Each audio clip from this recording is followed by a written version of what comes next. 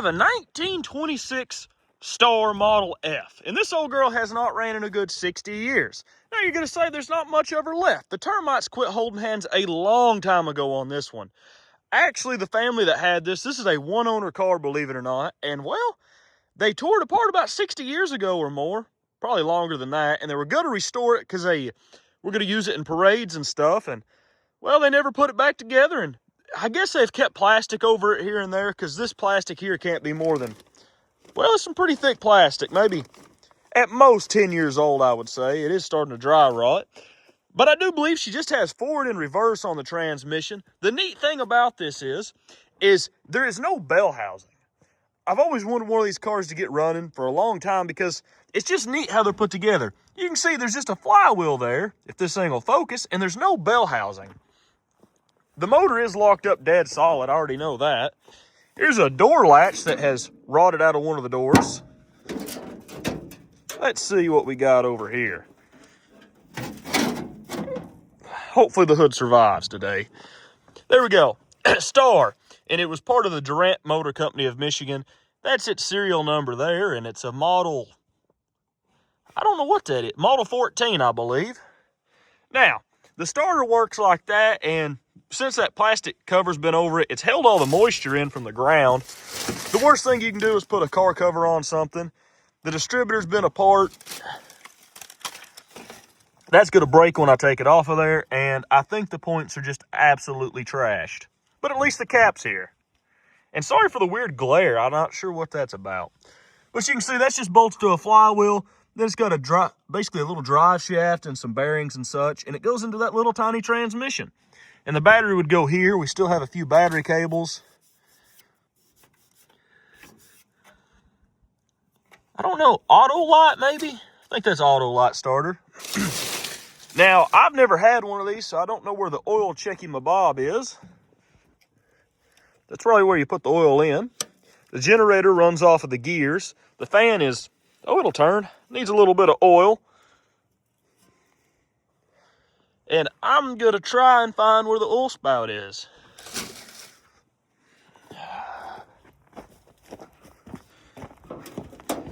I do not know where the dipstick is. Okay. Well, I'm going to get back with you guys when I find that. But she's mostly here. I think she's missing one front door. Before the end of the video, I'll probably try to tack all this back together because I really want to see what she looks like, you know, somewhat together. I've seen them before, but, you know, it'd be neat to see this one somewhat put back together and running. And I think we're going to try to get it driving. I may have to take a tire off because they don't like to drive with one tire high and one tire low like that. We do have, there's one of the wheel bands, and I may have some tires that'll fit this thing. I'm not sure. Much looking, this seems to be the dipstick here, and either that or it was one of them little bobbers that floats on top of the oil, but I think that used to be aluminum down there, and it has since corroded away. And I don't know if this is, I think this is supposed to be a dipstick. It's about 9 miles long, though. Oh, no, it don't come out, does it? Nope, that is an oil bobber thingy, and there's absolutely no oil on the shaft of it, and I've shoved it all the way down through there, and there may not be any oil in the old girl. We're gonna go ahead and torch the plugs and see what happens. We are using a different form of flame today. One of these things, one of these weed burners, because it should work a lot faster.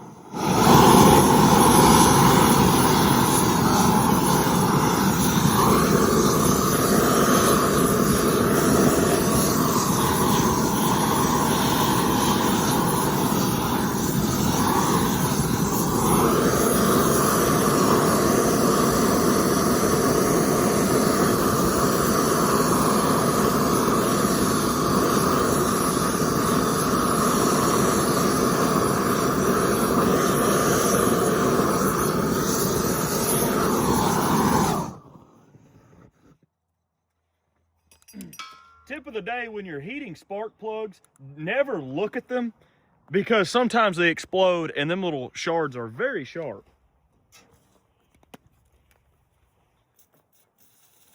Okay, it's hot enough.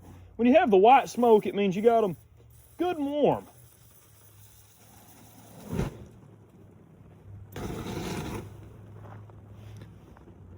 That wasn't planned.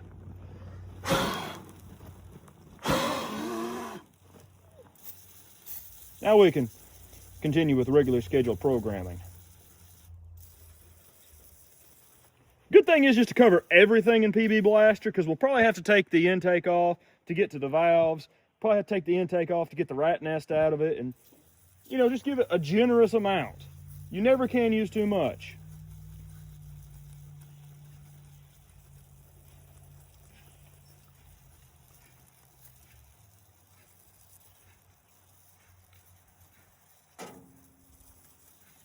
That ought to be good. I'm gonna let them cool down and then we'll ugga-dugga them out, because we've had a lot better luck with the impact than trying to turn them with a wrench or something, because I guess the shock force of the impact, it kind of keeps them from breaking.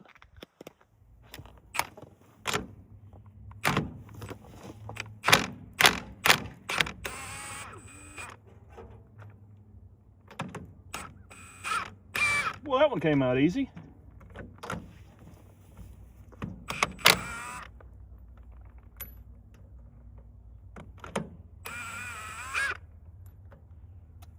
Them are still about 947,000 degrees, so we're gonna grab onto them. That one's not very rusty. As you can see, it is rather unrusty. Try this one. That one's not too bad. And the rest of them look about like that. I'm gonna quit burning myself with them. Honestly, it looks really clean down in there. So you can see down in there, this is cylinder number 1, and there's some rust you can just barely see on the back side there. Same way with this one, there's some rust on top of the valve, but all in all, it looks rather good. Cylinder number 3 is the same way, and cylinder number 4 is the same way. A lot of these, when you think they're going to be rough, a lot of times the rougher they look, the better the engine is. And I've had some that, you know, they look like they'd be perfect because the hood and everything was on it, and they're just terrible. But a lot of times these updraft carburetors, as long as nothing crawls up the exhaust, and honestly, it looks like the whole exhaust is on this thing, so rats may have not got up the exhaust and built a nest in there, because that's normally what is the death of these things, because the rat pee eats the valves, and it can really make a piston be good and stuck. But we're going to go ahead and fill these with transmission fluid and acetone and let it set for a while, and we'll drain the oil, and hopefully there's some oil in there, and hopefully it ain't just water. So I've let the old girl set for a couple of days, and I haven't drained the oil out of there yet because I was working on some other stuff. But the crazy thing is, I just let it set here with the transmission fluid and acetone in there, and every now and again I'd come by and bounce on the flywheel, and well, if you look at that, she turns.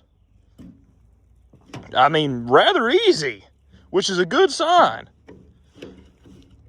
It's kind of hard to turn it, but can't get a good bite, but she does turn. She does have a sticky spot. I've turned her from there to here, you know, and right about in here is where it's got a little bit of resistance, but nothing major. I'm gonna go ahead, we'll drop that oil pan plug and get all that out of there. Probably put some diesel to break up the crud, but I think she's gonna run like a brand new machine here. The game of, is it oil or is it water? I already heated this thing up and broke it loose and let it cool down. Oh, it's water so far. Figured that. Oh, it's oil. Oil gets that red color to it, this really old stuff. I think it's because it's the oil degrading, even though it's a few million years old. It still, once it's oh, some of that stuff don't look bad, but once it's put in the oil form, it does kind of, I guess it goes bad, which is strange. I'm gonna let that drain, and it don't look, well, I'll clean it out with some diesel, but it ain't as bad as I thought it would be. A lot less water, which is a good sign. The problem is going to be the distributor rotor, because we can't get one, can't find one, and I figure this thing's gonna try to break, so.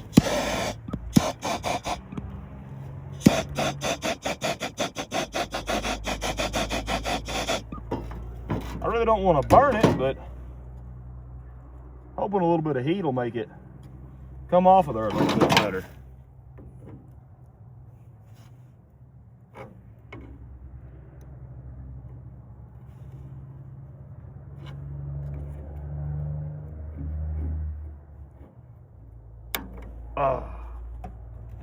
It came off of there. Oh, it didn't break. Holy cow. It didn't break. We got lucky. Well, no, it didn't break. They just popped off of there like that. That's a good thing. This thing's like gold because nowhere has it. Points are, I think the points are still good. They look good. Condenser, that's a strange little dude. Huh. We'll have to change him out for a 12-volt one, but points are pretty rough. The ones that I got that are supposed to fit are not the right ones, so I think we're just gonna fix them or make the ones that I got work. See that there's quite a bit of meat left on the points, believe it or not, but they're rather stiff, so may or may not be able to get them working back and forth good enough to use. But at least there's something there. I'm going to take all this out and see if I can make the other set work. The part number that these come up to now looks nothing like this, but it does have a new contact that should fit in there, and this will just replace with a 12-volt condenser.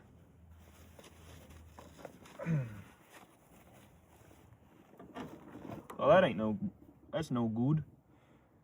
Huh. That thing didn't take much to break off of there. Might have already been broke, but I have a feeling I broke it off of there.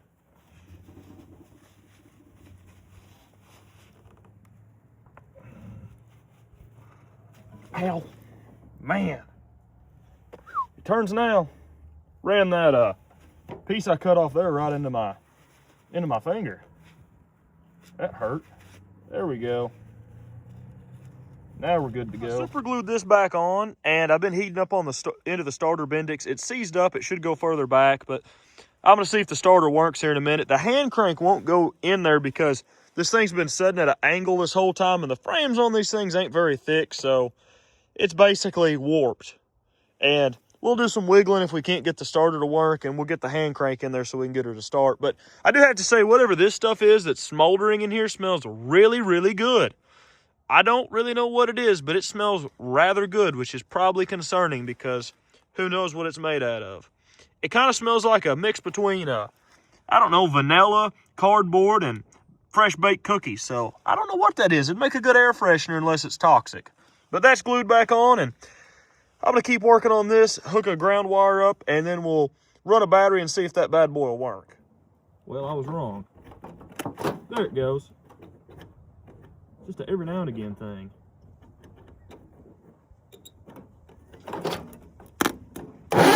Golly! I'm going to say that starter is perfectly perfect. Because, how did I manage that?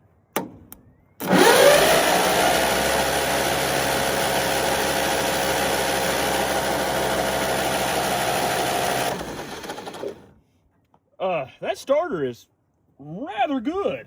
Like, way better than I thought it would be. I've had, newer starters not even spin that fast. We are running it on 12 instead of 6, but that starter is mint. So I went ahead and we got the points all fixed. I super glued that down there. We only used the finest of the Harbor Freight super glue there. And this is the part where it gets contact to this down here. So I put this little piece of copper wire in between here so it gets connection. And we now have working points, if I can make them, well, you can see.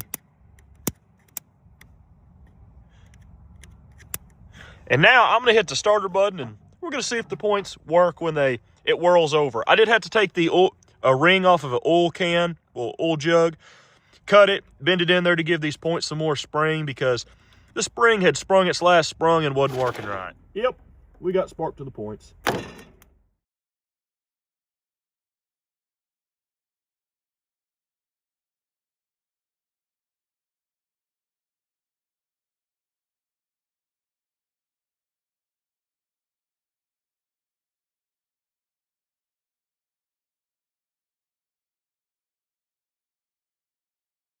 So I took you guys off time lapse. I'm fighting with the old distributor cap, and the reason is it's not been on there in a good 50 years, and it's made out of Bakelite, and Bakelite has a tendency to shrink. It's more than likely going to crack by the time I get it down on there, but hopefully it'll still work. But I'm gonna have to beat on it some more, and hopefully I can wiggle it on there. And as you can see, as I said, it was going to crack, and it cracked right down the middle. There was really no preventing that. There's no heating this up to make it not do that. So we hope that, well, I hope that it'll still work. It should. They should still be in about the same area they're supposed to be in. So I'm going to put the coil wire down in there, and you can see it's just barely holding together now. I would put some super glue on it, but it'll stick down in there and probably stick something I don't want stuck together. But I'm going to finish hooking everything up, get back to you guys, and we'll whirl her over and see if she fires off. Some intense negotiations, some bribery with some high-dollar premium fuel, and a few other adjustments. I think the old girl's ready to run for us. Everything's hooked up. Got a can of starting fluid there. I did jam a rag in the carburetor because it doesn't have a choke. It's an old school Model A carburetor that someone's put on here, I believe, and it may have a vacuum leak at the seal, but we'll see if she'll run. Let's give her a go. We got one way, one the other. Come on, old girl. Ooh. Oh, and the starter started working right. The kick out. Well, the Bendix is doing what it's supposed to. Come on, old girl. Come on, come on, come on, come on, come on, come on, come on. Oh. She wants to run. She is spraying fuel out left and right. Is that coming out the top there? Okay, no. It's feeding fuel. Oh, there's a vacuum leak here. I don't know how I wasn't smart enough to see that. I think she's going to run for us and run good.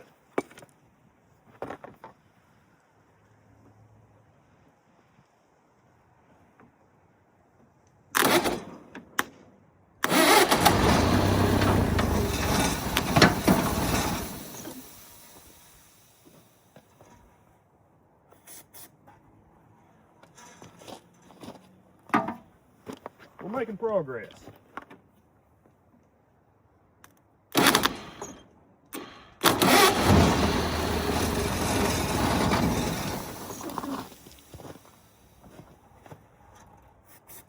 Come on, old girl. I'm gonna move you guys over here, I think. Give you guys a little bit better of a view. Yeah, that ain't too bad. You can see the rag and the other rag and all the fancy stuff. The carburetor's just pouring gas, so hopefully it don't pop back through there, but if it does, it does.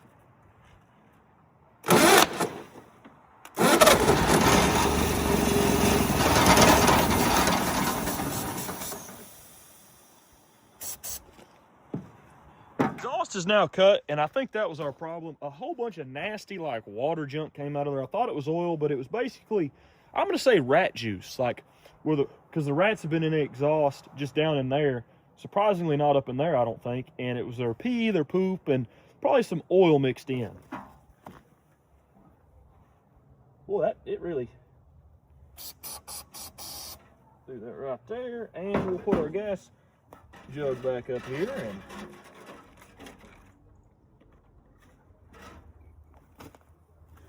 Let's give her a whirl. I better have this in my hand, because she likes ether.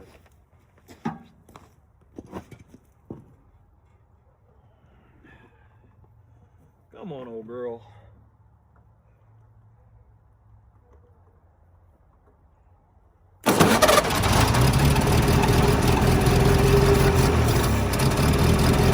There we go.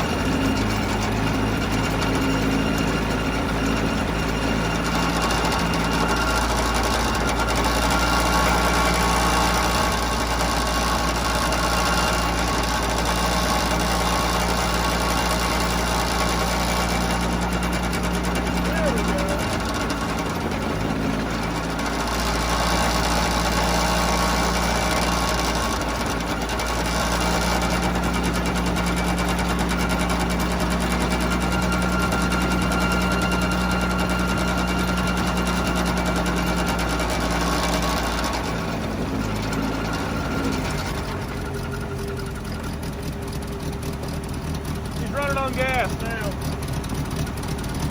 You don't sound too bad. There we go.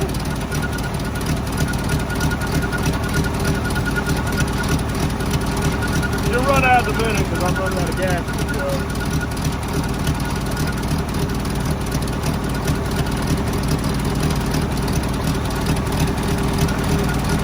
Look at her go.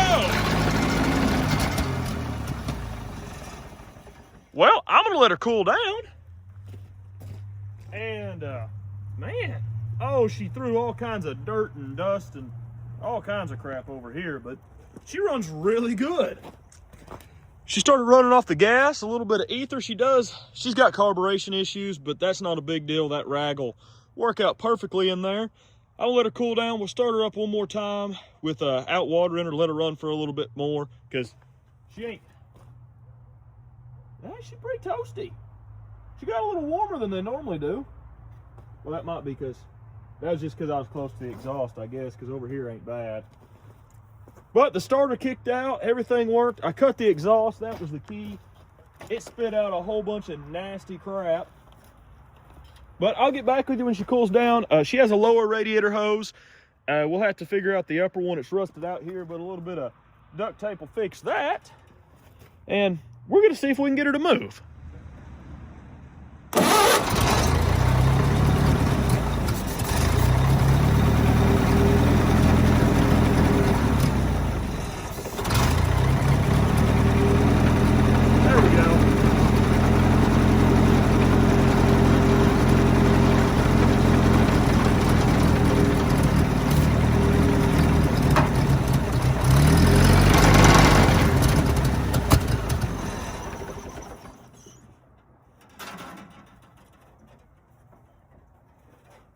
And pulled the old carburetor off and then pulled it apart. There was no gasket in there, so that's part of our problem. Someone has melted that when they brazed that on, so we're going to have to put probably some Permatex in there and level that up. The carburetor the bowl wasn't all the way tightened down. You can see the gasket's over to the side there, so we'll have to fix that. The float and needle, believe it or not, work, so that's a good sign. That screw wasn't all the way tight, so that's a problem. And you can see all this goody stuff down in there. That's I really don't know, aluminum and just probably the moisture that's got in there and everything else underneath the sun. So I'm gonna let this whole thing soak in and do a carburetor dip overnight, because I'm not gonna be able to get all the crud out of that and out of all the little spots. So let this set overnight, and tomorrow I'll get back to you guys. We'll throw this on there, and I bet you she'll sit there and idle, and we can probably take her for a spin.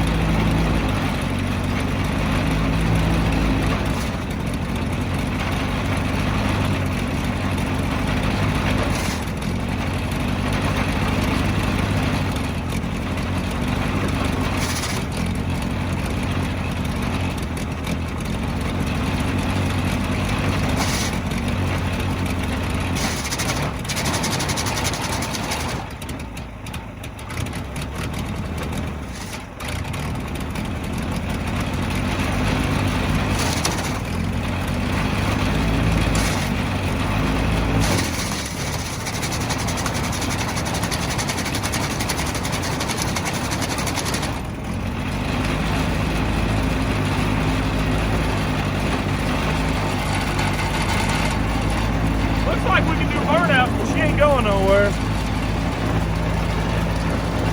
Well, we got her running and she won't move because the tires, I kind of figured that, but she'll sit there and idle now. I'll show you something that's absolutely kind of terrifying. Since there's no floorboards in it, when you're sitting there, that's just, right in your face. And this is how the throwout bearing works.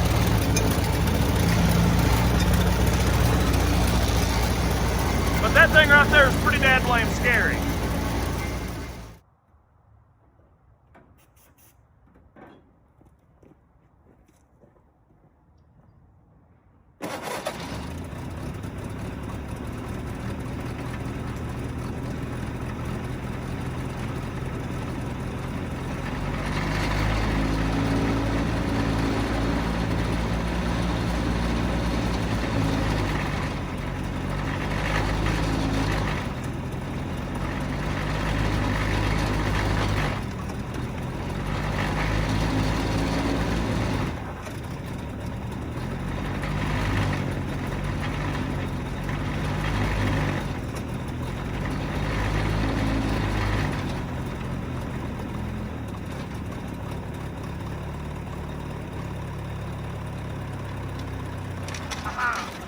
Don't bow on me.